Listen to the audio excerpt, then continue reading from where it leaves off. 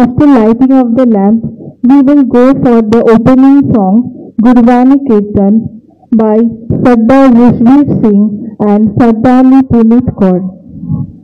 कोई नाम न जाने मेरा, कोई नाम न जाने मेरा, कोई नाम न जाने मेरा, कोई नाम न जाने मेरा, कोई नाम न जाने मेरा, कोई नाम न जाने मेरा। कहो नानक सब तेरी बड़ाई, कहो नानक सब तेरी बड़ाई, नाम न जाने मेरा, कोई नाम न जाने मेरा, कोई नाम न जाने मेरा, कोई नाम न जाने मेरा। तुझे आगे अरदास हमारी, जीव पिंड सब तेरा, तुझे आगे अरदास हमारी, जीव पिंड सब तेरा। कहो नानक सब तेरी बड़ाई, कहो नानक सब तेरी बड़ाई, नाम न जाने मेरा, कोई नाम न जाने मेरा, कोई नाम न जाने मेरा, कोई नाम न जाने मेरा। Now I would request our Vice Chancellor Sir, Professor Bhavesh Bhattacharya, for his welcome address. Very good afternoon to you all. Respected Mother, all other dignitaries, my dear colleagues and students. This is an occasion where we revered the great Guru.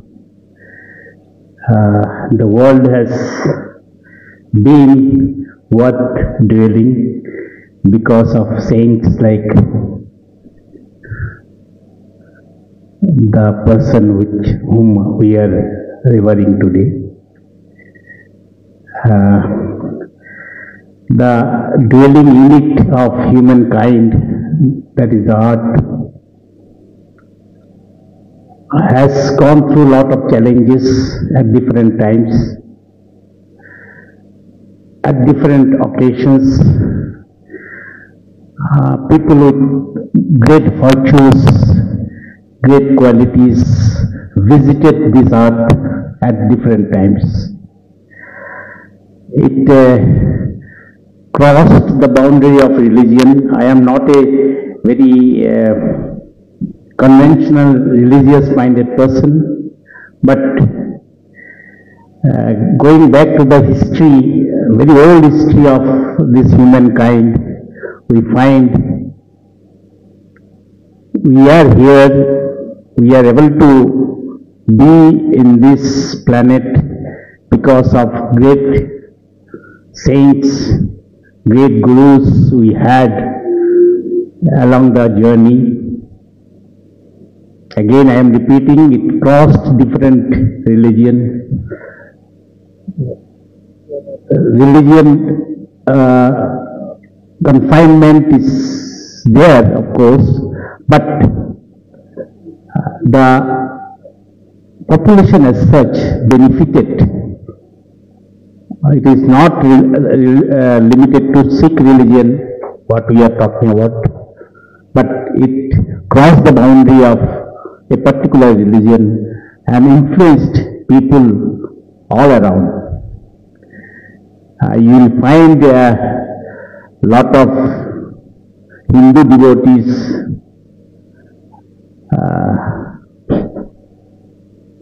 when they visit Golden Temple, they get carried away in different world.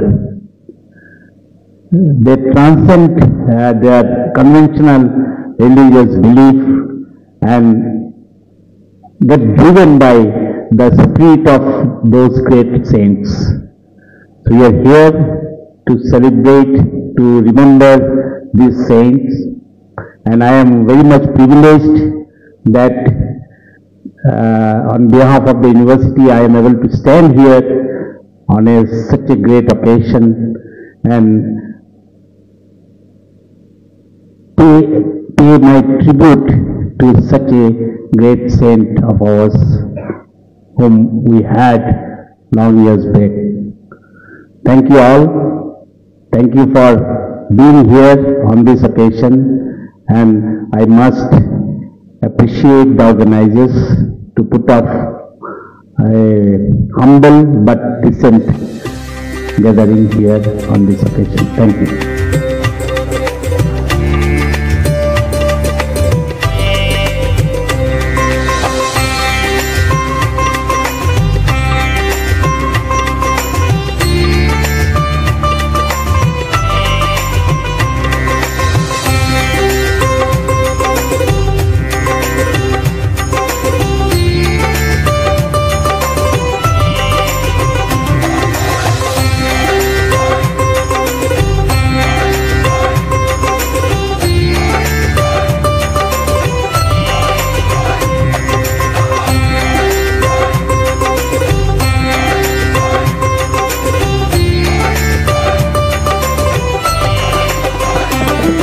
Respected Honorable Vice Chancellor Sir, Dean of Academy, Professor Maji, and other my fellow colleagues, and also beloved students.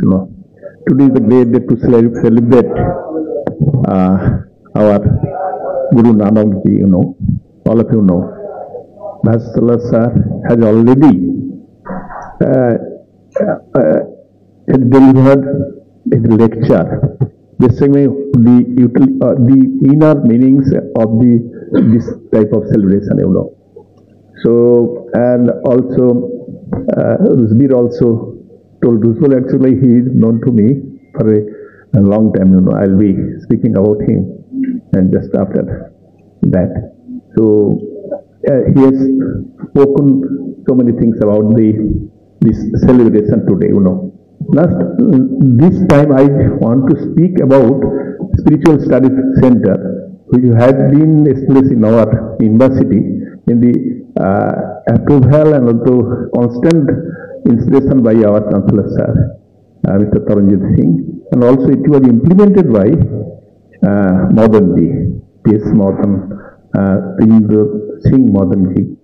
He was my friend, philosopher guide. Also know many Professor Maji know very well because we are doing such type of works. I along with Dr. Maji also is the classmate, so I will be speaking about that. Okay.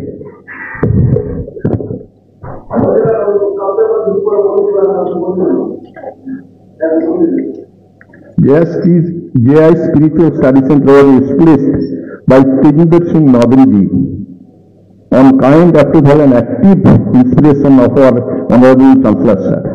Spiritual library was established on the expectation that students, teachers and all associated to this university will be motivated towards ethical path of their lives. So many plans and programs were taken for implementation. Prime work was to start ethical class taking for spiritual development of our life. Before introduction of yogi, that means universal human values class, which we are taking I and Mahi sir also, every Wednesday and Sunday also, for the first semester. So, before introduction of yogi class by UGC, those classes were started by JI Spiritual Study Center on on constant and wholehearted initiation by Madanji. During Corona period, every Thursday and Sunday we had been taking these classes regularly. Madanji, along with all members of Spiritual Study Center, proposed to include these ethical classes in our curriculum in all courses in our university. Finally, as per the direction and regulation of UGC, ESB program has been included in our curriculum. In National Education Policy 2020, it has been emphasized more. At present, 1 credit of 5 modules are being taught in our curriculum, though UGC had suggested added more area of this syllabus. We had other some valuable planning in our Spiritual Study Center. Honorable Chancellor Sir suggested to appoint Guru Nanak Chair Professor, effect of which a Guru Nanak Chair Committee was constituted. We had another planning to set up some courses leading towards ethical value-oriented spiritual goal, like music courses, music and language. In this connection, some seminar and music programs were conducted. Professor Alankar Singh, Professor of Music Development in Punjab University, performed some seminar in our university 3 months before. Dada Chelaramji, initiated by Rajveer Singh, son of Madanji, came to our university and performed a seminar and delivered spiritual lecture with music. Very soon, he will be coming again here. Such seminar will be organized by Spiritual Study Center also. At present, we are taking ESB classes in first semester of all courses on every Wednesday and Sunday through online. Our Honorable Vice Chancellor, who is present here, is emphasizing it and suggested that those classes should be taken offline mode for motivation of students more through direct contact. I, as coordinator of Spiritual Study Center, and pray to all for active cooperation and active participation.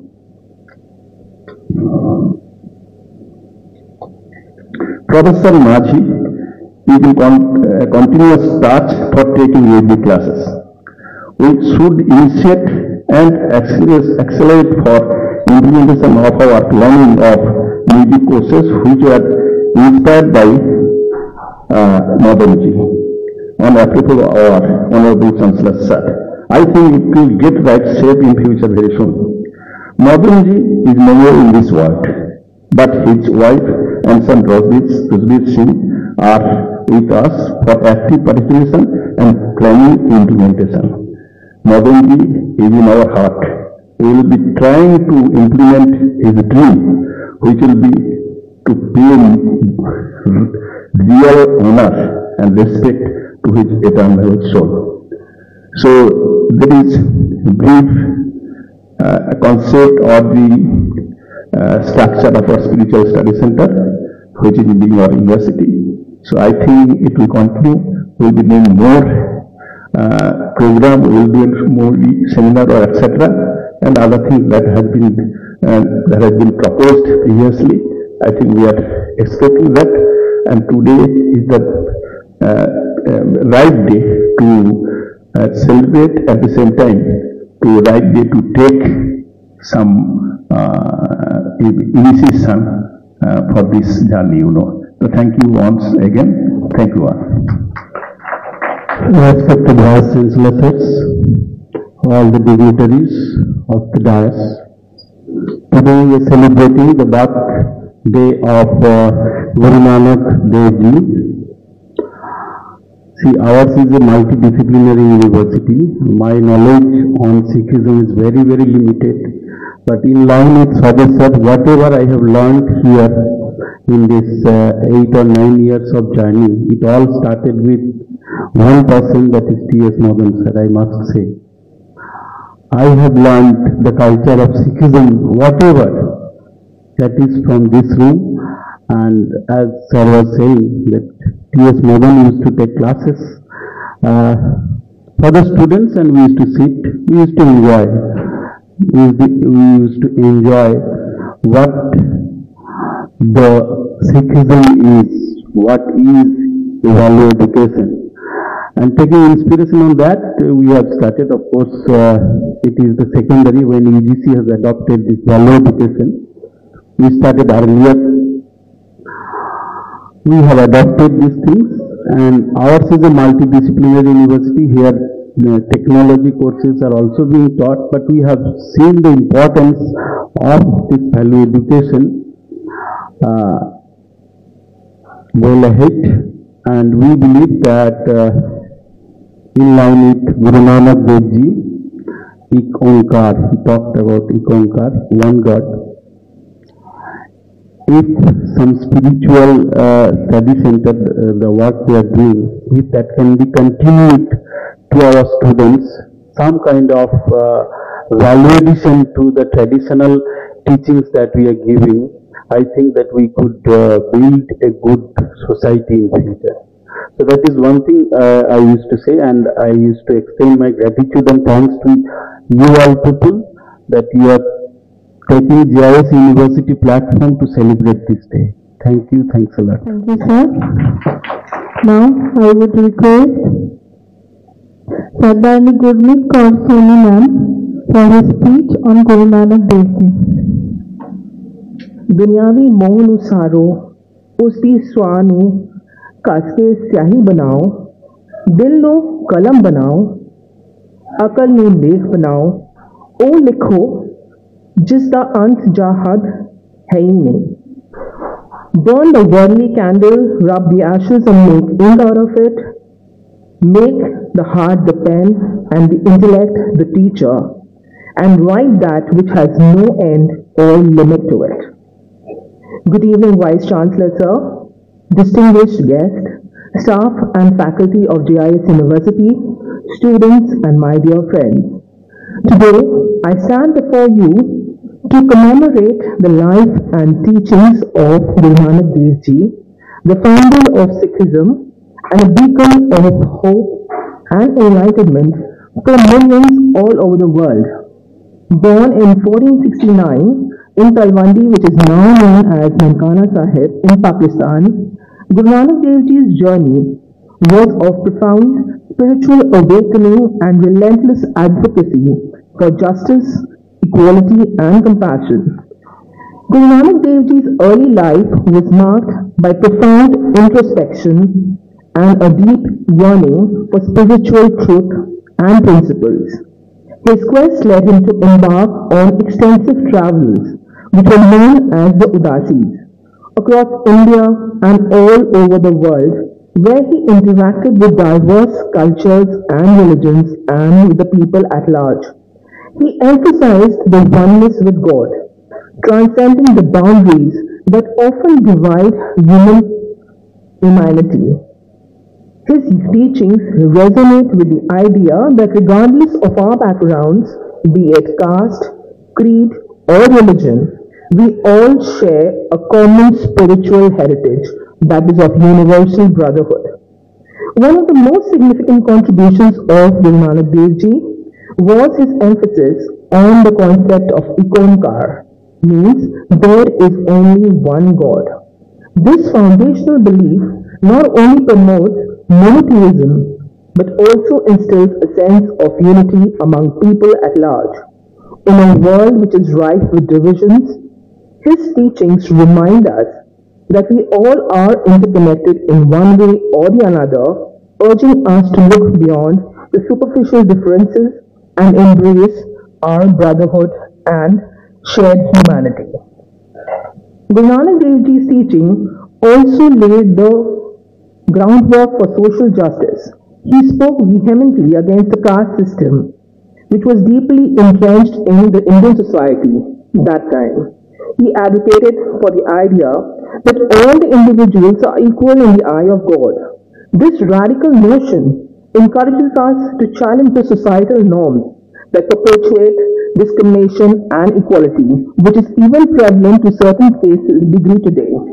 His establishment of the langar, a communal meal served to all, regardless of political status, exemplifies his commitment to equality and service. In today's context, this practice remains a powerful symbol of inclusivity and community service, reminding us of our collective responsibility towards one and another. Even now, even in this age, we still have the langar, that tradition still being followed in our own Sikh culture. Moreover, Guru Nanak Ji's spirituality was not confined to rituals or dogmas. He emphasized the importance of Nam Japna, that is meditating on the name of God, wherever you feel comfortable with. Kirat Karni, earning a very honest living and being true to yourself, and one Chapna, which is very important, that is sharing your joys, your sorrows with others. These principles guide us towards a holistic way of life that balances spiritual devotion with social responsibility. They challenge us to integrate spirituality in our daily action and being a good human being after all. Every religion has advocated this principle on some level or the other, fostering a sense of purpose and fulfillment. In addition, Guru Nanak Dev Ji's teaching advocates peace and harmony. His message of love and compassion encourages us to resolve conflicts through dialogue and understanding rather than violence and hatred. Now this thing has been now inculcated, and it is the demand of the society at large, which Guru Nanak Dev Ji had thought about centuries back. In a world grappling with strife and division, his words serve as an ointment and a reminder of the transformative power of love and unity. Now, as we reflect on Guru Nanak Dev Ji's legacy, we must recognize that his life was a testament to the potential of each individual to enforce positive change in oneself. His contributions transcend religious boundaries, offering profound insights into the human experience. They inspire us to cultivate virtues like humility, service, compassion, and love for your own fellow beings. In conclusion, we can say Guru Nanak Dev Ji's teachings continue to illuminate the path for humanity. They urge us to embrace diversity, uphold justice, and foster love in our interaction. As we honor his legacy, let us commit ourselves to the values he championed for, striving to create a world where peace, equality, and understanding prevail. In fact, in his words, Tera Pana Mitha Lage, we have to accept what is written for us, so let us all do it with a sense of pride. Vaheguru Ji Ka Khalsa, Vaheguru Ji Ki Fateh. Before I could speak anything, I have just seen that our VC, Sir Bhavesh Bhattacharya, Dr. Sumanto, and all the other following speakers have really already given very good explanation of Guru Nanak Dev Ji, which I think I am also saying the same thing, but in my own words, let us share what I want to say about him. He is about Guru Nanak Dev Ji. So, respected VC Bhavesh Bhattacharya, Dr. Sumanto, HOD, Dean Academics, Deputy Registrar Academics, Dean of Pharmacy, all the distinguished guests, staff and students of this university. I welcome you all to today's celebration of Guru Nanak's birth. Today we have assembled here to celebrate 555th Guru Nanak's Gurpurab. We also call it Prakash Utsav, or in simple words, birthday celebration, organized by this university under the banner of this Spiritual Study Center. I would like to congratulate you all present here to celebrate the auspicious day, Shri Guru Nanak Dev Ji was the first Guru whose vision, faith and belief led to the emergence of Sikh way of life, Sikh values, which I think Gurpreet has already explained in length. So let me go forward to what I have to say. He was a philanthropist, that is, Paropkari, always helping others, and a missionary, which means Sapnadashi. But he would always think of something which others have others must have thought about it, but his mission and vision was something that he wanted it actually to happen, and which he made it happen during his birth time. The message of Guru Nanak was not limited to only Sikhs, but it is a universal message of brotherhood to the whole human society. His message was clear. The three principles he advocated in the following are: Krit Karo is one of the three pillars of Sikhism.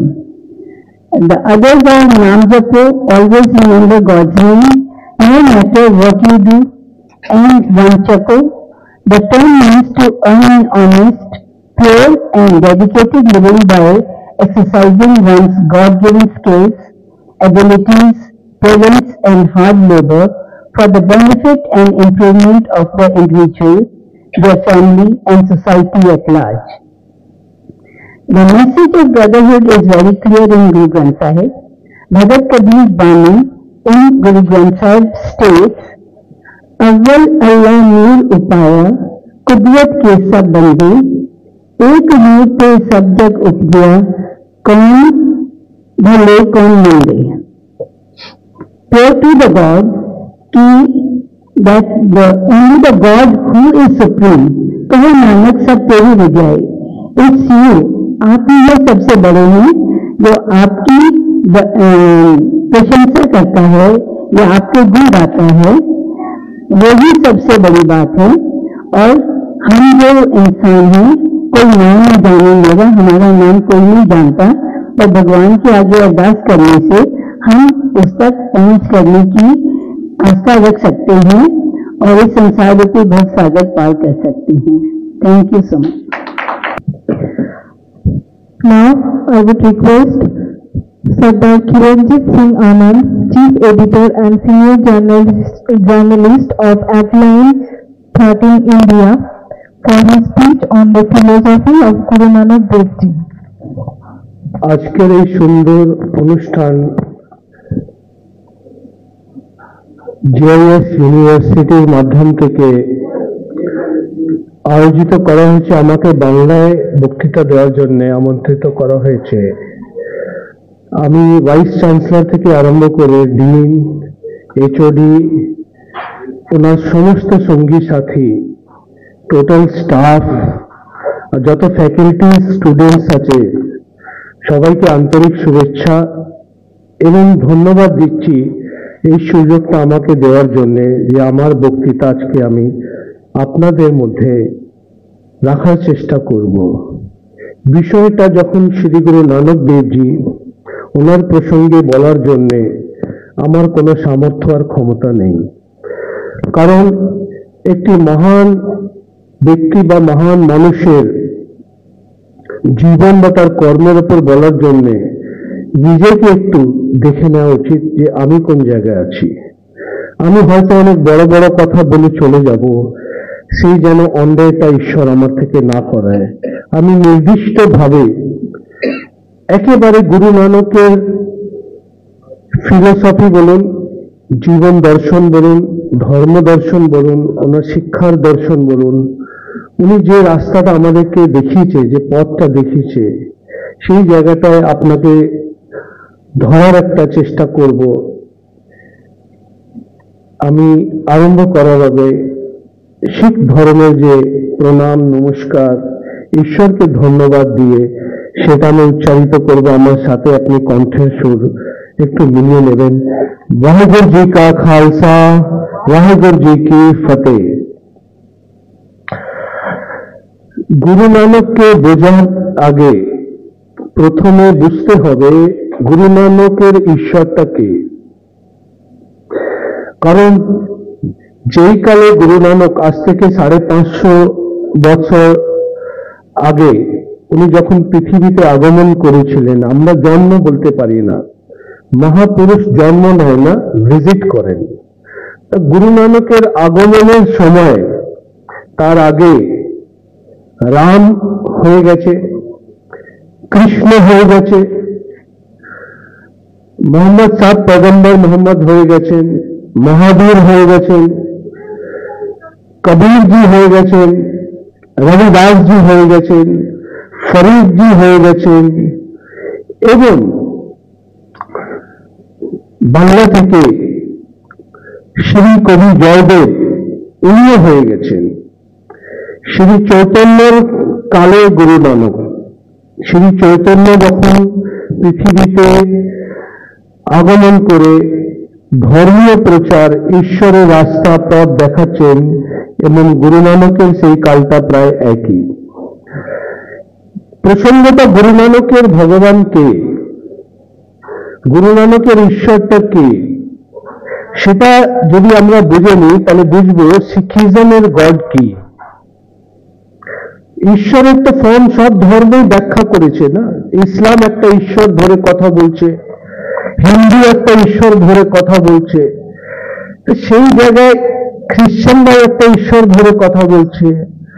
কিছু ধর্ম ঈশ্বরকে মানেই না, যেমন Jainism, ও রদ করে দেয় ঈশ্বর বলে কিছু নেই, এবং ইসলাম বলে পূর্ণ জন্ম কিছু নেই, মরে যাওয়ার পর রিবার্থ নেই। এই গভীর সাবজেক্ট গুলো আমাদের কাছে যখন আসে, আমরা তখন বিবেচনা, আলোচনা এবং বিচার করি যে কোনটা নির্দিষ্ট পথ, কাকে ধরে আমরা এগোবো। যেমন পড়াশোনায় আপনারা সব স্টুডেন্টস, আপনারা নির্ধারিত করেছেন জেআইএসে পড়াশোনা করবেন, এখানে এসছেন।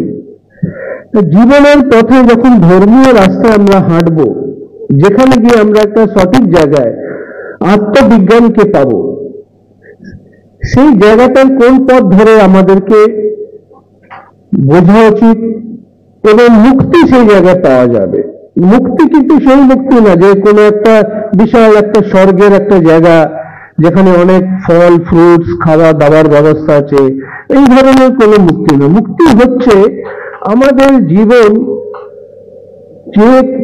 যে কারণে কষ্ট পায় তার ব্যথাটা অনুভব হয়, যে কারণে খুশি পায় তার অনুভবটা আমরা পাই।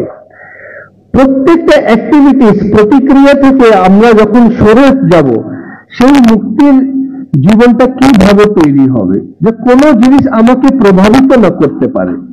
আমি অপ্রভাবিত জীবনটাকে সঠিক জায়গায় নিয়ে আমি থাকবো। কেউ আমাকে চিনতে পারলেও তার ধন্যবাদ, না চিনতে পারলেও ধন্যবাদ, কেউ নমস্কার করলে ধন্যবাদ, না নমস্কার করলেও ধন্যবাদ, কেউ প্রণাম এবং সম্মান করলেও কোনো অসুবিধা নেই, অসম্মান করলেও কোনো অসুবিধা নেই।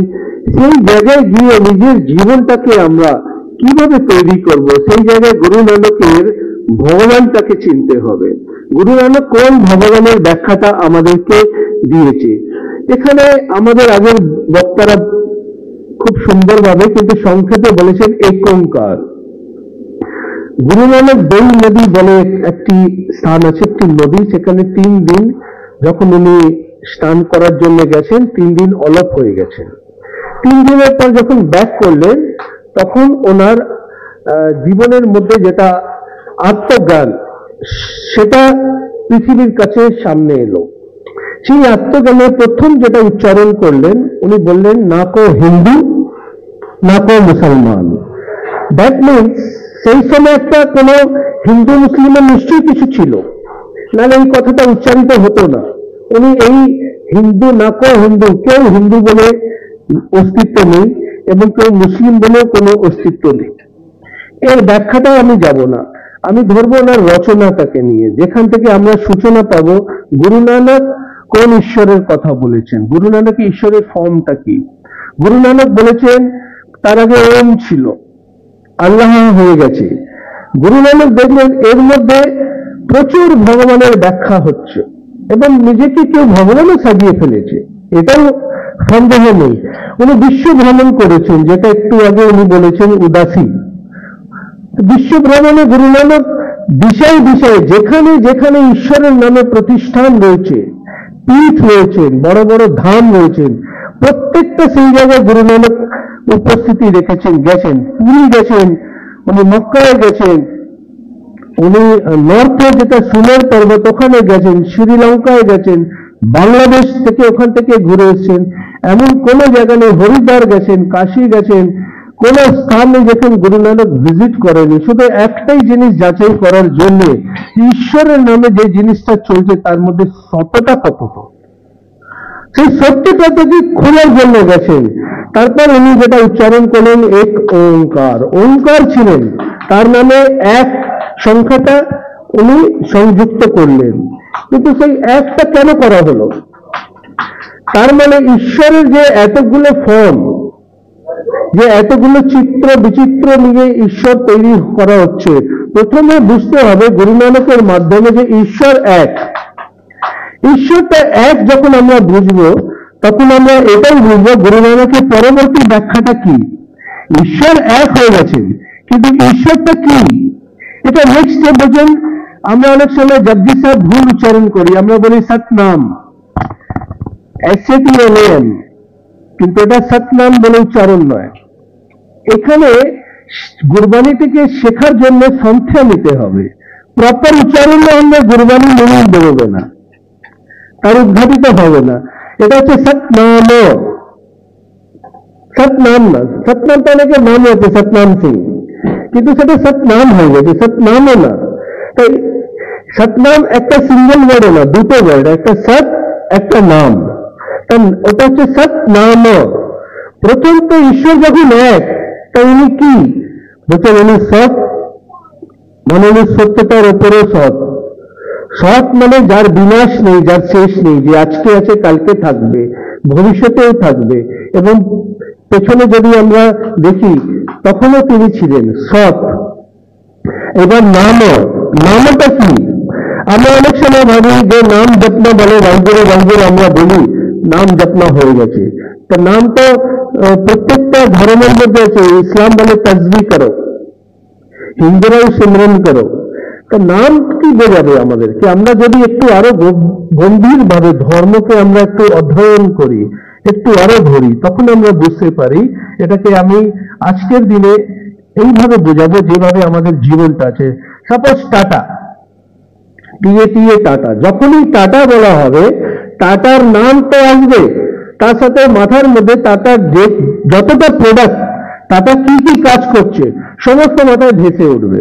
আমরা ভাববো টাটার এই ক্রিয়েশন, টাটা এই প্রোডাক্ট, টাটা এই জায়গায় আছে, টাটা ওই জায়গায় আছে। আর সেইভাবে যখন আমরা ঈশ্বরকে চিহ্নিত করব, ঈশ্বরকে স্মরণ করব সত্য নাম, তখন ঈশ্বরের ক্রিয়েশনটাকে আমাদেরকে রিকল করতে হবে।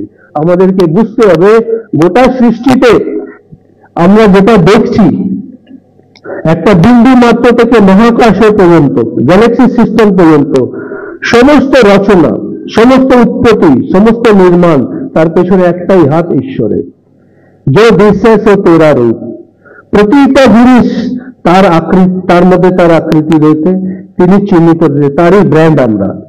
হয়তো আমার মধ্যে কেউ বাঙালি, কেউ পাঞ্জাবি, কেউ মুসলিম, কেউ ঈসাই হতে পারে, কিন্তু আমরা সকলেই ওর ক্রিয়েশন আছি, এতে কোনো সন্দেহ নেই। এটা শিখ ধর্ম থেকে গুরু নানক ব্যাখ্যা করছেন। এটা কিন্তু অদ্ভুত। দ্বিতীয় পর্বে যাব, গুরু নানক ঈশ্বরকে স্ত্রী রূপে মেনেছেন না পুরুষ রূপে, এটাই আমাদেরকে বুঝতে হবে।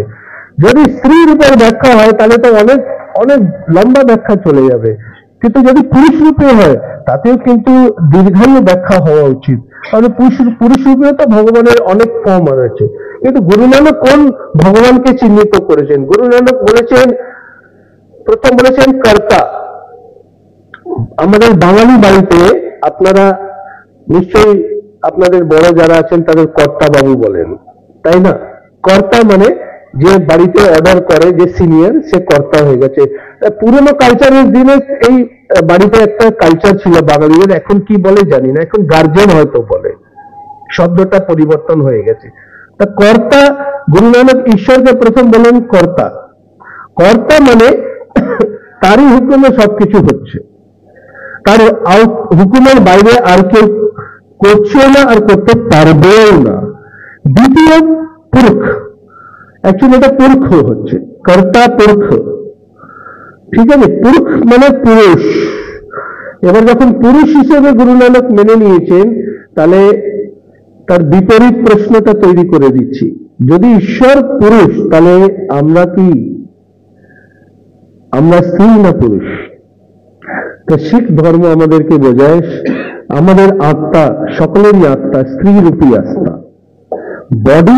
বডি যেটা আমাদের শরীরের যেটা নির্মাণ হয়তো স্ত্রী ফর্মে বা পুরুষ ফর্মে রয়েছে, কিন্তু উই আর অল ফিমেলস, এটা গুরু গ্রন্থ সাহেব বলছেন।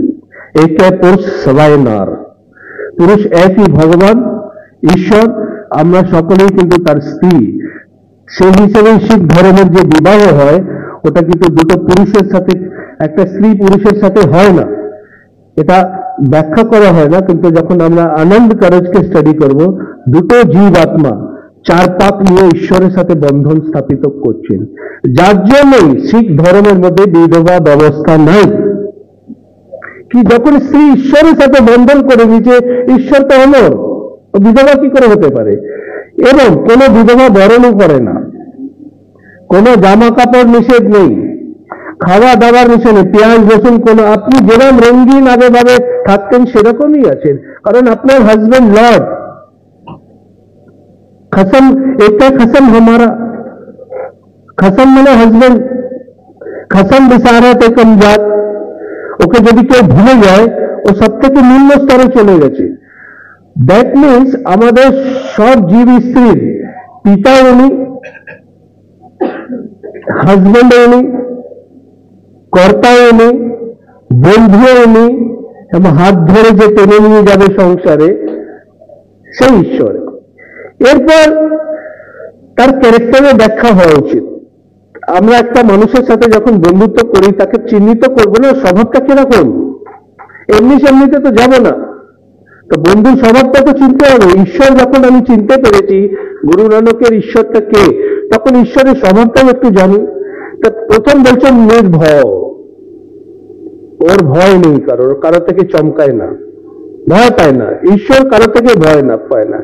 দ্বিতীয় বলছেন নির্ভয়, শত্রুতা নেই তার কার সাথে, ঈশ্বরের কারোর সাথে তাহার শত্রুতা নেই, সকলেই তার বন্ধু। এরপর বলছেন ঈশ্বরের যে ফর্মটা, আমি কিভাবে ঈশ্বরকে বুঝতে পারবো? আমি তো ঈশ্বরের গুণমান গুলো শুনছি, কিন্তু যদি আমি ঈশ্বরকে দেখতে চাই আমার আশেপাশে কোথায়, তাকে কিভাবে চিহ্নিত করবো? বলছেন আকাল মূরত। এবার কাল মানে সময়, আকাল মানে যিনি সময়ের মধ্যে নেই, যাকে আমরা শূন্য থেকে সব থেকে বড় সংখ্যা পর্যন্ত কাউন্ট করতে পারবো না, যার বয়স, যার সময়, যার জীবন, যার মৃত্যু, যার কর্ম, আর তাহার যে কোনো রচনার আমরা টাইম বাউন্ড তাকে করতে পারবো না। তিনি সময় থেকে বাইরে রয়েছেন, আকাল রয়েছেন। এবং মূরত, মূরত মানে কি? আকাল মূরত মানে সৃষ্টি রচনাকে তার মূরত বলা হয়েছে। ঈশ্বরের মূর্তি যদি দেখতে হয় তাহলে এটা কিন্তু ঈশ্বরের মূর্তি না। আমি কিন্তু ফুলের মালা দিইনি, মাফ করবেন, এটা গুরু নানক আমি মানতে পারবো না। গুরু নানকের কথায় যদি গুরু নানক ঈশ্বরকে পাওয়া যায় তাহলে এই ছবিতে উনি কি করে আসতে পারেন? It is possible. যদি গুরু নানককে আমরা উপদেশে চলি তাহলে এই ছবিটার মধ্যে গুরু নানক কি করে হাজির হবে? তো গুরু নানকের মূর্তি কোনটা? जो दिशा सो तेरा रूप, सब में ज्योत ज्योत है सोए, तिसदे चानन सब में चानन होए। প্রত্যেকটা মানুষের বুকে যে জ্যোতিটা আছে, আত্মা প্রকাশ ঈশ্বরের। আমি আপনি সকলেরই ঈশ্বর আছি, তারই অংশ। मात गर्भ में आप सिमरन दे कहती रखन हारे। মাতার গর্ভের মধ্যে যখন শিশু জন্ম নেওয়ার আগে লালন পালন হচ্ছে, 9 মাস ধরে মা তাকে রাখছেন, সেখানে তার রক্ষা কি করছে? কে আছে? ঈশ্বর সকাল পর্যন্ত যাচ্ছে। কি করে মা বুঝতে পারছে প্রাণ হলো শরীরে? ওই মাংসের একটা আইটেমের মধ্যে প্রাণ ঢুকে গিয়ে তাকে মানুষ করে দিল। কি করে মা বুঝতে পারছে ওর অর্গানস তৈরি হচ্ছে, লিভার তৈরি হচ্ছে, কিডনি তৈরি হচ্ছে, হার্ট তৈরি হচ্ছে? কি করে? এই চমৎকার কি করে? আকাল মূরত। এবং ঈশ্বর কি জন্ম নেয়? প্রশ্ন এটাই। আমরা লিখেছি 555তম গুরু নানক দেবজির জন্মশতবার্ষিকী, বার্থডে সেলিব্রেশন। তার মানে আমরা বার্থ বুঝে নিয়েছি, জন্মটা আমরা স্বীকার করে নিয়েছি। যদি গুরু নানকের জন্মই হয় তাহলে গুরু নানক নিজেই কথাটা লিখবে না আজুনি। আজুনি মানে যার গর্ভ লাগে না পৃথিবীতে আসতে, মা দরকার নেই তার। যার জন্য একটা কথায় পরমাত্মাকে আমরা পরমাত্মা বলি, শেষটায় মা আসবে, পরমাত্মা। উনি স্বয়ং মা আছেন, স্বয়ং পিতা আছেন। এবং গুরু নানক যখন বলছেন আজুনি, তখন ঈশ্বর বার্থ দিচ্ছেন না। তারপর আসছেন সেভং। সেভং মানে এবার যদি উনি জন্ম না নেয় সংসারে আসার জন্য, গর্ভ যদি দরকার না হয়, তাহলে উনি ওনাকে তৈরি কে করেছে? স্বয়ং নাম সংস্কৃতের শব্দ স্বয়ংভূ। স্বয়ংভূ থেকে সেভং গুরু নানক করেছেন, মানে নিজের ক্রিয়েশন নিজেকেই করেছেন। ঈশ্বর নিজেকে নিজেই নির্মাণ তৈরি করে নিয়েছেন। এবার গুরুপ্রসাদ। গুরুপ্রসাদ মানে আমরা যদি এই পথ ধরে ঈশ্বরের কাছাকাছি থাকতে চাই, বসতে চাই এবং ওর পথে হাঁটতে চাই, তাহলে ওনার আশীর্বাদ দরকার। এবং সেই গুরুকে, একটা গুরু হচ্ছে গুরু নানক। শিখ ধর্মের মধ্যে শিখ 10টি গুরু, আমাদের 10টি গুরুর 10টি নাম, 10টি জীবন, 10টি কর্মকলাপ। এবং সেই গুরু বাদ দিয়ে আরেকটা গুরু আছে, যেটা গুরবাণীর মধ্যে ব্যাখ্যা রয়েছে, গুরু গুরু গুরু কর্মন মোর, গুরু বিনা নাহি হোর। সেই গুরুটা কে? সেই গুরুটা হচ্ছে ভেতর থেকে আপনার যখন জ্ঞান জীবন হবে, উদ্ঘাটিত হবে, বেরিয়ে আসবে, গুরু দর্শন করবে অন্যরা, আপনার জীবন যখন সেই মার্গে যাবে, গুরু দর্শন ভেতর থেকে এসে যাবে। সেই একটা গুরু লুকিয়ে রয়েছে। এবং কি ঈশ্বরকে আমরা তৈরি করতে পারবো? আমরা তো অনেক, কলকাতায় বাংলায় একটা সুযোগ আছে, আমরা অনেক মূর্তি দেখতে পারি ঈশ্বরের নামে, ঠাকুর দেখতে পারি, কিন্তু সেই ঠাকুরকেই তো একটা কামার এই মাটি দিয়ে তৈরি করছে, মূর্তি দিচ্ছে, স্ট্রাকচার একই, একটু শেপ দিয়ে দুর্গা করে দিচ্ছে, একটু চেঞ্জ করে তাকে কালী করে দিচ্ছে, সরস্বতী করে দিচ্ছে। কিন্তু এটা একটা ধর্মীয় ব্যবস্থা কি যখন উনি নিজের স্থানে যান, যখন তার হোম যজ্ঞ করা হয়, তখন বেদ উচ্চারণ করে ওনার স্তুতি সেখানে করায়, সেই জায়গাটা কিন্তু আলাদা। সেটা নিরাকারের ব্যবস্থা। হিন্দু ধর্মে নিরাকারের পুজো করছে, কিন্তু কোনোদিন ব্যাখ্যা করতে পারছে না মন্ত্র উচ্চারণটা কার, নিরাকার। যেমন আমাদের গুরবাণী। আর ওই যজ্ঞটা যে যে জায়গায় উনি ওখানে আগুন দিয়ে যজ্ঞ করছে, এটা কার পুজো? মূর্তি তো তখন একটা প্রতীক। আর ওই ধাগা কেটে যাওয়ার পর তো মূর্তির বিসর্জন হয়ে যায়। যদি মূর্তি স্থায়ী থাকতো আর বিসর্জন হতো না, তাই না? তো সেখানে বসতে হবে। গুরু নানক বলছেন থাপানো যায়, তাকে স্থাপিত করা যাবে না। ঈশ্বরকে আপনি তৈরি করতে পারবেন না। কীর্তন হয়ে তার নির্মাণ করা যাবে না। আপে আপ নিরঞ্জন সোয়ে, ঈশ্বর আপ নিজেকে নিজেই ভাবে নির্মাণ করে প্রস্তুত করে নেবেন। কি করে দর্শন দিয়েছিল কবি জয়দেবের স্ত্রীকে? কবি জয়দেব গীত গোবিন্দম রচনা তৈরি করছেন, গুরু গ্রন্থ সাহেবে রয়েছে, 1 মাস ধরে রচনা আনকমপ্লিট হচ্ছে। একদিন উনি বললেন না নিজের স্ত্রী পদ্মাবতীকে কি আমার রচনা সম্পূর্ণ হচ্ছে না, আমি একটু মুডটাকে ঠিক করার জন্য বাইরে যাচ্ছি। রচনা শ্রীকৃষ্ণের উপরে। তো উনি বাইরে চলে গেলেন। যেই ফিরে আসলেন, ওনার স্ত্রী বললো তুমি চলে এসছে? বলে হ্যাঁ, আমার মুডটা ঠিক হয়ে চলে এসছি। উনি নিজের আসনে বসলেন, বসার পর কলমটা ধরে রচনাটা কমপ্লিট করে আবার আমার একটু ঘুরে আসছি, হ্যাঁ আর একটা কাজ আছে আমি করে চলে গেলেন। এবার সন্ধ্যাবেলা আবার এলেন। সন্ধ্যাবেলা যখন আসনে বসলেন, স্ত্রীকে পদ্মাবতীকে ডেকে বলছেন যে আমার রচনাটা কে তৈরি করেছে, সম্পূর্ণ কে? তুমি তো এলে। বলে আমি তো আসিনি। বলে না, তুমি এই গেলে, কিছুক্ষণ পর আবার এসছো। বলে না, আমি বসে করবো, তুমি বসে রচনাটা তৈরি সম্পূর্ণ করে গেছো। তখন কবি জয়দেব নিজের স্ত্রীকে দেখছে আর নিজেকে দেখছে যে আমি ঈশ্বর ভক্তিতে এত অহংকারে ছিলাম যে আমি এত জানি, ঈশ্বর আমার রচনাই সম্পূর্ণ আমাকে করতে দিল না, আমাকে দর্শনও দিল না। এই পদ্মাবতী যে আমার সেবা করত, স্বয়ং একে দর্শনও দিয়ে দিল, এসে রচনাই সম্পূর্ণ করে গেল। নিজের মাথাটা নিজের স্ত্রীর চরণে রেখে দিলেন, বিশ্বের প্রথম ঘটনা। স্ত্রী সবসময় নিজের মাথা পুরুষ হাজবেন্ডের চরণে রাখেন। কবি জয়দেব নিজের মাথাটা ওনার চরণে রেখে বললেন, তুমি মহান, কারণ কৃষ্ণ তোমার দর্শন দিয়ে গেছে। গুরু নানক যখন বাংলায় এলেন তখন এই রচনাটা তুলে নিয়ে গেলেন, যেটা শ্রী গুরু গ্রন্থ সাহেবে এখনো রয়েছে। এই সম্মানটা যখন আমরা গুরু গ্রন্থ সাহেবকে নমস্কার করি, তখন তার মধ্যে কবি জয়দেবও আছেন, ওনাকেও আমরা প্রণাম করি। এই ব্যাপারে গুরু নানক বলছেন, কথনা কথি না আবত। কথনা মানে আমাদের বক্তৃতা, অনেক আমার মতন অনেক বক বক করে যাচ্ছে। প্রত্যেকটা মঞ্চে দেখবেন ধর্মের উপর একটা ব্যাখ্যা চলছে, টিভি খুললেই একজন আমাদের মতন লেকচারার পেয়ে যাবেন। গুরু নানক বলছেন, কট কট কথি না আবত। এই কোটি কোটি প্রচারক ঈশ্বর প্রসঙ্গে বক্তৃতা দিয়েই যাচ্ছে, শেষ নেই, কিন্তু পেয়েছে কে, প্রাপ্তি কার? আগে উনি বলছেন যে এই যে জীবনের মধ্যে আমরা অনেক কিছু পেয়েছি, শিক্ষা, দীক্ষা, প্রতিষ্ঠা, সুখ, ধন, সম্পত্তি, কারবার, এবং বড় বাচ্চা, বাচ্চার আবার বাচ্চা, ছেলে মেয়ে, গৃহবধূ, সম্মান, এবং রাজনীতিতে আমরা আমাদের প্রতিষ্ঠা, সবকিছু পেয়েছি, কিন্তু পেয়েছি কার মাধ্যম দিয়ে? সোর্সটা কি? সোর্সটা বলছেন, দেন্দা দে লম্বে থাকতায় যুগ যুগান্তর খাই খায়। এবার আমাদের সকলকে উপদেশ গুরু নানক দিয়ে বলছেন, দিচ্ছে একই ঈশ্বর, ওনার থেকে আমরা সকলেই সবকিছু পাচ্ছি। লম্বে থাকতায় আমরা কিন্তু গ্রহণ করে যাচ্ছি, গ্রহণ করার পর আমাদের আলস্য আসছে না, আমরা একবারও বলছি না আর আমার লাগবে না, নিয়েই যাচ্ছি।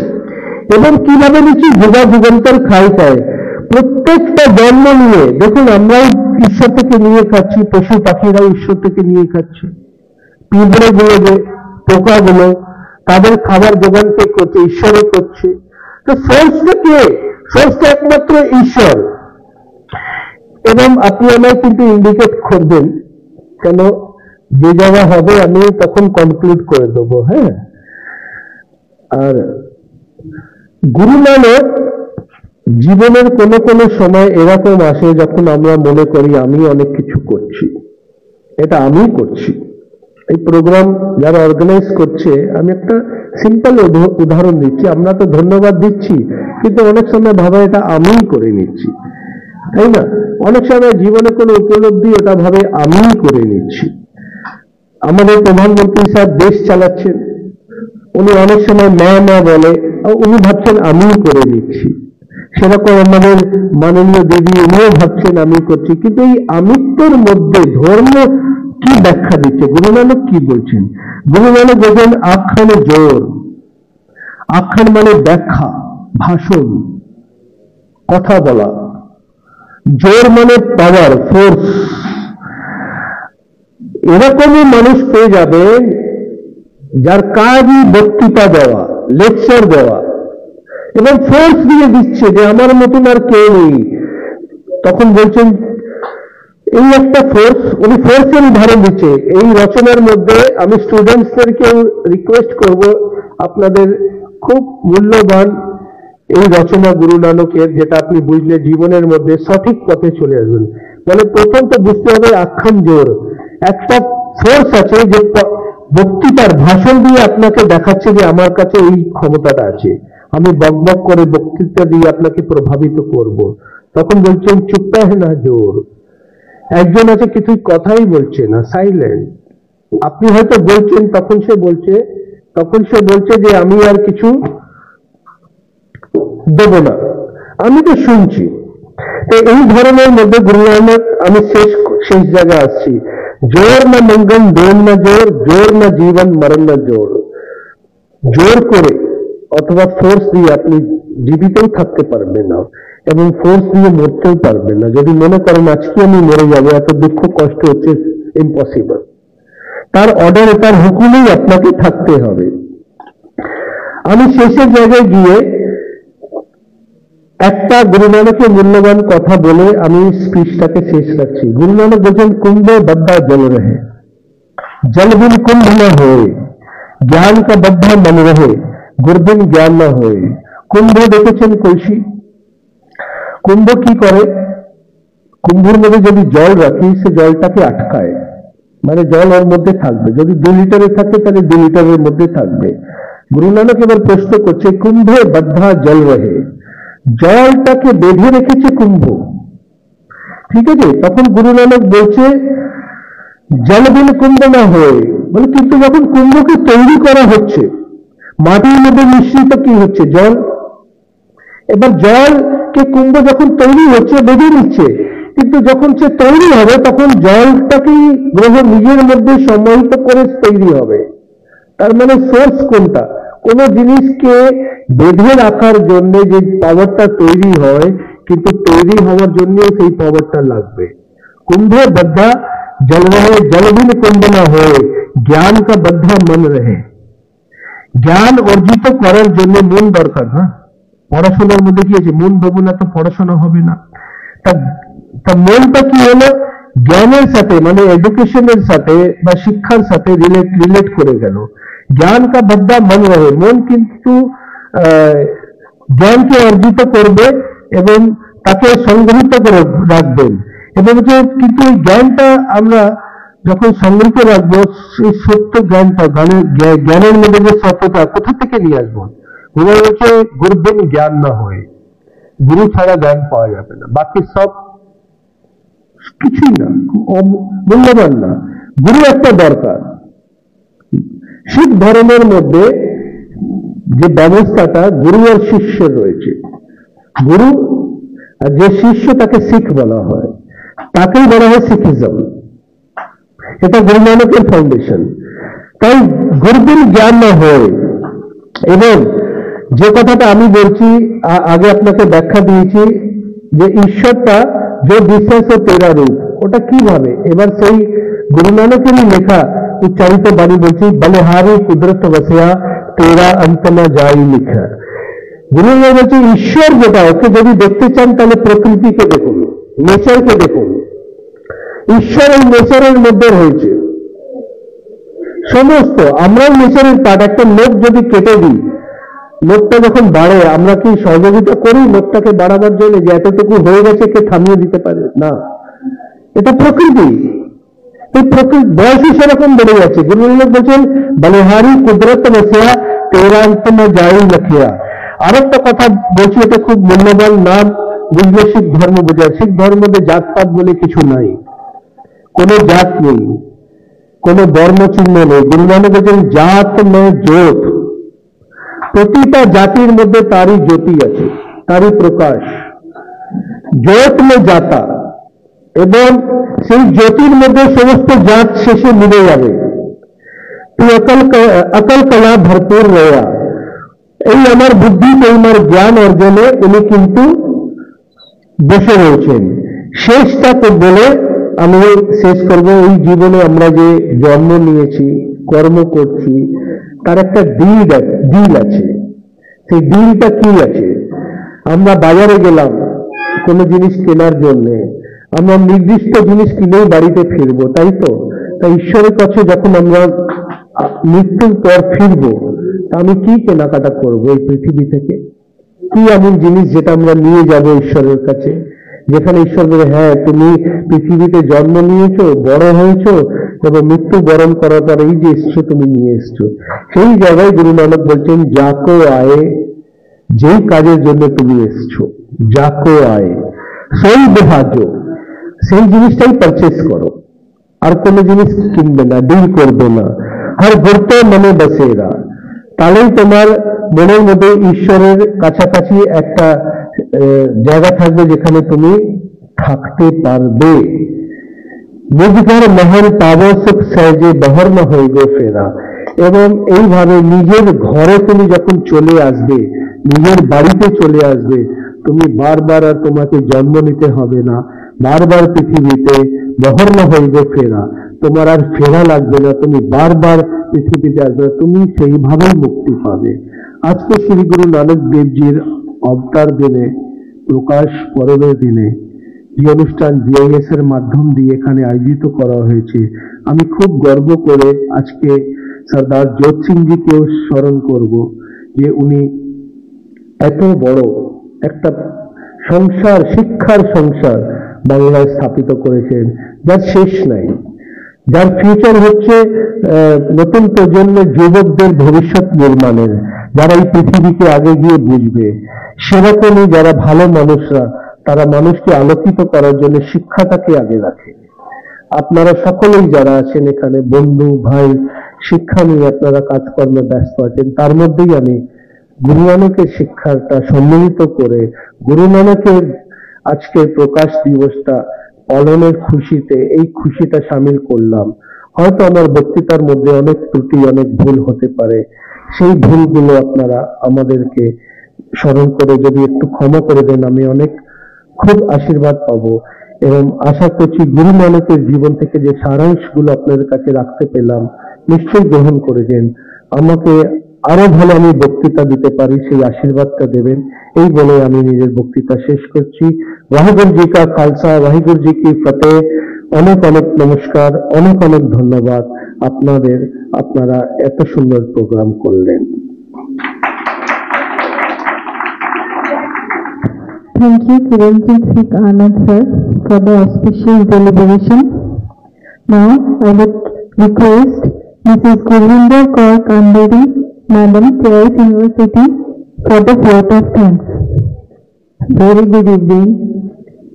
As we gather to honor the remarkable life and teachings of Guru Nanak Dev Ji, I want to express my heart-left gratitude for this opportunity to reflect on the profound impact on the spirituality and humanity.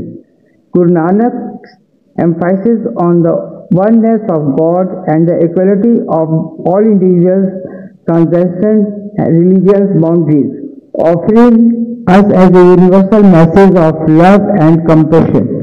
Today, let us acknowledge not only Guru Nanak's spiritual insights, but also his unwavering commitment to social justice.